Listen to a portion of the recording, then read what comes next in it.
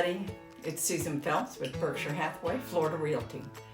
I'm in the greater Sarasota, Bradenton area, and today I want to talk to you about the 3 reasons why you won't like living in this area.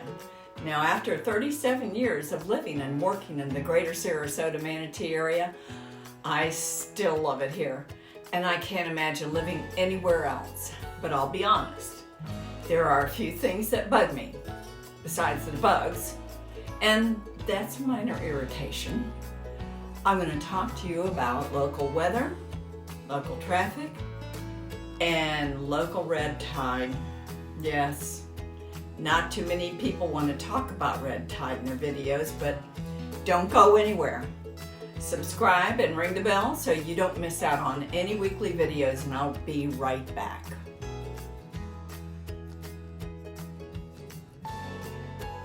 Hurricanes, heat, droughts, yikes. Yes, we have some extreme weather at times. Basically, everyone is concerned about hurricanes. I usually check with my customers after they've moved here to see how they've fared their first tropical storm or hurricane. And all of them are still here. No one has fled the area and gone back to where they came from. After all, every region of the U.S. has weather and disaster challenges. If you live in California, there are earthquakes. If you live in the Midwest, you have tornadoes. If you live in the Northeast, you have snow to shovel, right? In Florida, you have storms. But at least we know in advance where a storm is and when it's supposed to impact our area. You don't know when a tornado or an earthquake will hit. And snow? You can prepare for it, but getting rid of it is another problem. I can go back through the history of hurricanes in Florida and find what I already know, but maybe don't remember. Because I've been going through hurricanes all my life as a Florida native. Most recently, Irma in 2017 was the closest brush with a major hurricane. It was devastating for many and caused property damage in the billions. It went right across the state after hitting landfall just south of Sarasota. When we heard Irma was coming this direction, and sometimes they're coming and you might be considered in that cone of certainty, and so you know that you're going to have to make some kind of preparations. And by the way, when realtors have a contract and they're getting ready to close, we have a box. If that hurricane is in the box, which means it's within a certain distance of the home that's being insured and purchased, then we have to make some adjustments. If that buyer has not already gotten their insurance, we have to step up the pace and make sure that they get a binding insurance policy before we get into the box. If we don't, before we get into the box, then that closing does not happen. So my husband Butch and I were home, and we don't usually evacuate. We are pretty high. We're in the next flood zone, so we're 13 to 15 feet high. Even though we live on a little island that is created by canals, we still feel pretty safe here. When we knew that Irma was coming, we checked with our neighbors who were actually out of town. And we told them that we would put up their shutters for them. And I had a listing down the street as well. And we went down there and put the shutters up for that home, and then came back to our house. We started to get a little nervous, so we decided that we would go across the street and stay in our neighbor's house, because they said for sure, it's more secure than your house, because we never have bought hurricane shutters. We've just used plywood if we needed to. Well, we did decide to put up one sheet of plywood on our west-facing sliders. And we're really glad that we did do that, and I'll tell you why in a few minutes. Anyway, so we hunkered down at our neighbor's house for that night. My daughter, who was in Orlando, was going to come home that weekend, and she decided to stay in Orlando. Her grandmother, who was on Longboat Key and has never evacuated, maybe gone to a shelter now and then, she was convinced by her son to come down to Punta Gorda. And people were leaving everywhere. My neighbor got into their car and they were leaving, and he says, "We have the gun." And we said, "Well, what are you going to do with the gun?" And he said, "In case we run out of food on the road." So we wished them luck, and they took off. I don't think they got very far, but at any rate, that storm went through. We slept through the night, and it really kind of missed Sarasota. Well, it really did miss Sarasota. We got some wind and rain. And then it actually landed right around Punta Gorda, where my daughter's grandmother went. And it went across the state and hovered over Orlando for an extended period of time. And she was without power for 5 days. So all of that kind of thing does happen. Oh, and when we came back to our house the next morning, nothing was really damaged. There was a lot of debris from our oak trees and so forth. That was a big mess, but nonetheless, we did notice that in our pool, there was a big long piece of somebody else's pool cage. And judging from the trajectory of where it came through the screen, it must have hit that piece of plywood that we put up and bounced back into the pool. So we felt very lucky, and you guessed it, now we have hurricane shutters.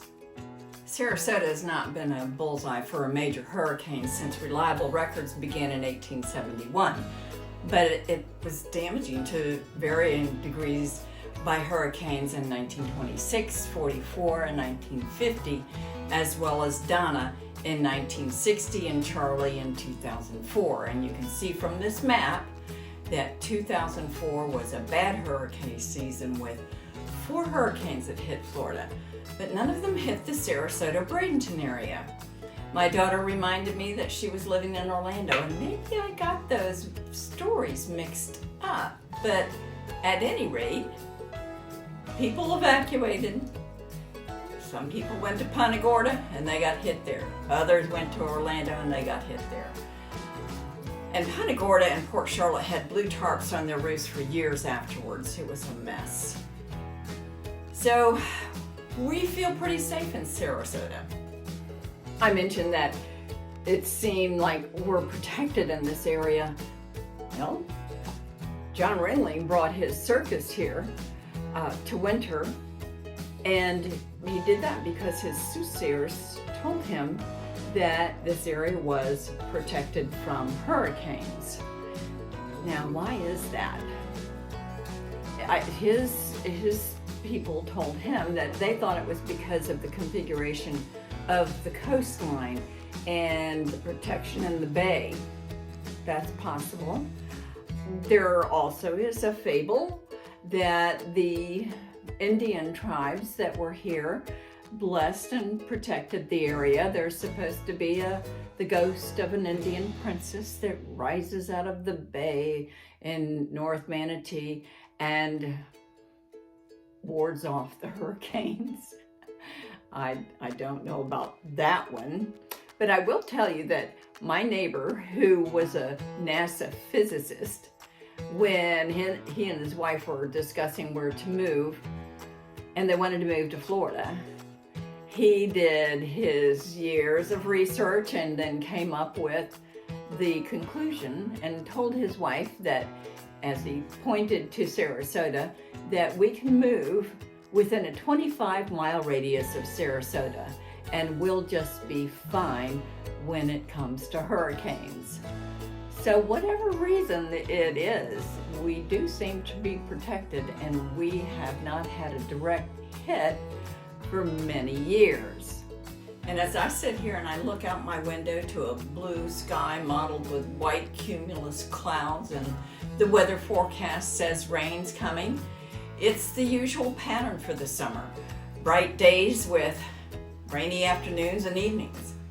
The weather here is changeable, so we watch our weather app often in case we're planning something outdoors. So all I'm saying is we seem to be protected, and history bears this out. But we still have the most beautiful beaches and the most desired climate for at least 9 months of the year. It does get hot in August and September. Next on our list, traffic. It's all relative. People from the Chicago area, Virginia outside of DC, New Jersey, LA, they all think the traffic here is very manageable.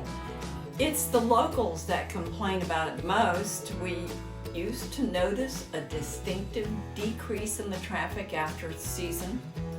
The roadways got almost eerily quiet, but that's in the past. We don't have so much of a season cutoff now. Snowbirds stay longer, and people have been migrating from different parts of the U.S. to Florida in record numbers, especially since the pandemic. Oh, and watch my video I did about traffic a couple of months ago, and you'll see the mitigation steps that the city of Sarasota and Manatee counties are taking. We have some well thought out plans. Our counties have increased populations rapidly in the last couple of years. I was just reading some of the census results, and the Sarasota County population has grown over 18% since 2010 to almost 450,000, and the Manatee population has grown 30% to almost 421,000, and that's a lot of cars on the road. And we built many traffic circles to smooth the traffic out, and the major interstate changes have been either enlarged or redesigned into the diverging diamonds. And all of these changes are to manage traffic flow and reduce crashes and fatalities. And it seems to be working. But for more information, check out my video. Check the description below for the link. Now let's talk about red tide. It's a hot topic, no doubt, and it surprises me that people everywhere in the country aren't aware of it because it happens in other places. But I've had customers that have not known about it. And when I tell them to avoid this or that beach, check out the beach report to find out where to go. It's an extremely hot topic here and a serious issue. For those of you that don't know, red tides are a phenomenon of discoloration of the sea surface, a common name for harmful algae blooms occurring along coastal regions, which are resulted from large concentrations of aquatic microorganisms. The bacteria grow out of control, making these harmful algae blooms, or HABs, which can result in massive fish kills, the deaths of marine mammals, sea turtles, seabirds, and for humans, there are possibilities of neurotoxic shellfish poisoning and respiratory impacts. Not a good situation for anyone, really. Then there is the economic impact for local businesses on so many levels, not just the fishing industry. The environmental impact is felt most seriously with our tourism industry. Some hotels, restaurants, and businesses never recovered from the 2018 red tide catastrophe. I am not the expert on red tide, the science behind it, or the solutions to the problem, but if you're interested, I strongly suggest you check out motemarine.com and poke around, and you'll get a full education about the topic. Mote Marine's research arm is supported privately and publicly to find solutions to mitigate red tide. And if you're here, you should definitely plan a visit to that aquarium. The aquarium is presently on City Island along with the research facilities, but will soon move to Benderson Park, which is next to the rowing facility. I did a quick video of that walk around the lake, so check in the description below for that link. Butch and I were there one day and we did a quick walk. The question when we have an algae bloom like this going on is, how long does it last and how bad will it get? I can't answer those questions, but Mote Marine's site will give you updated beach reports so that you can plan your beach time.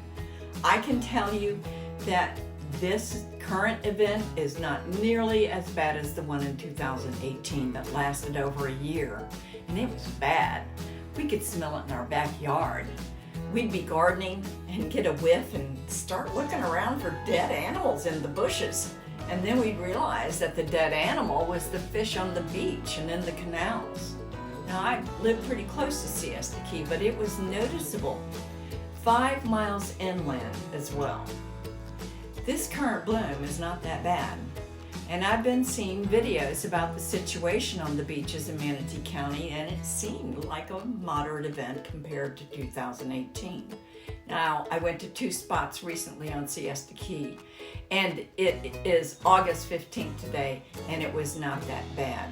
So watch this quick video. So we're at a private section of Siesta Beach.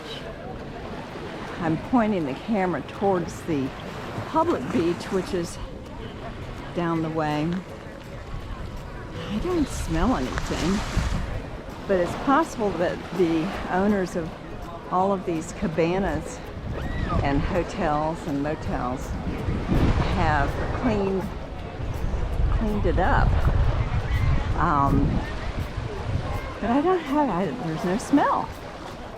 So, and the water is not garbage green like I had heard. So maybe we'll run on up to the public beach and do a quick video there to check it out. So I'm really glad that this is the way it is. Oh, we're at the very end of Siesta Beach. We used to walk down here from the public beach. It's quite a walk.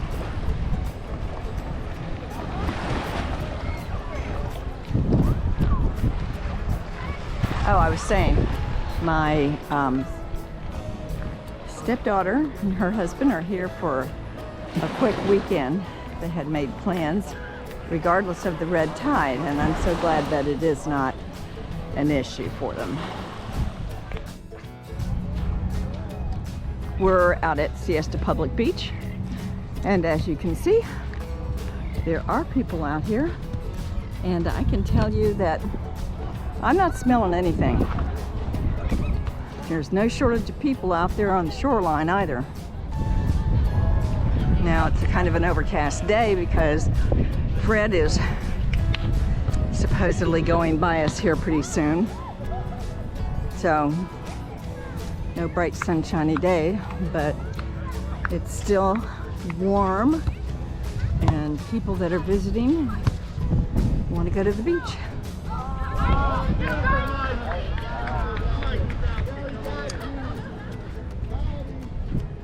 So this is nothing like 2018. In 2018, you couldn't even get this far out to the beach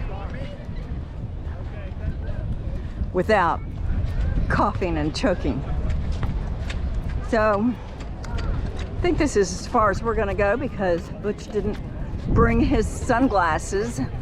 So we're gonna head back and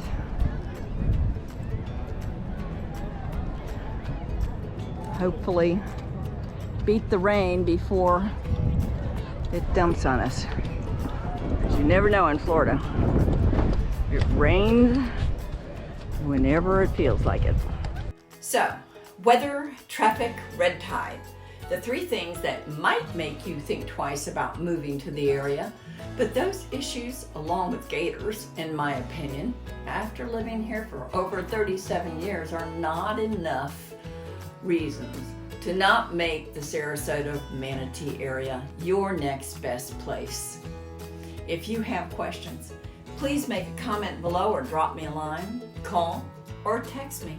I will always respond within 24 hours, I promise. Until the next video, bye-bye.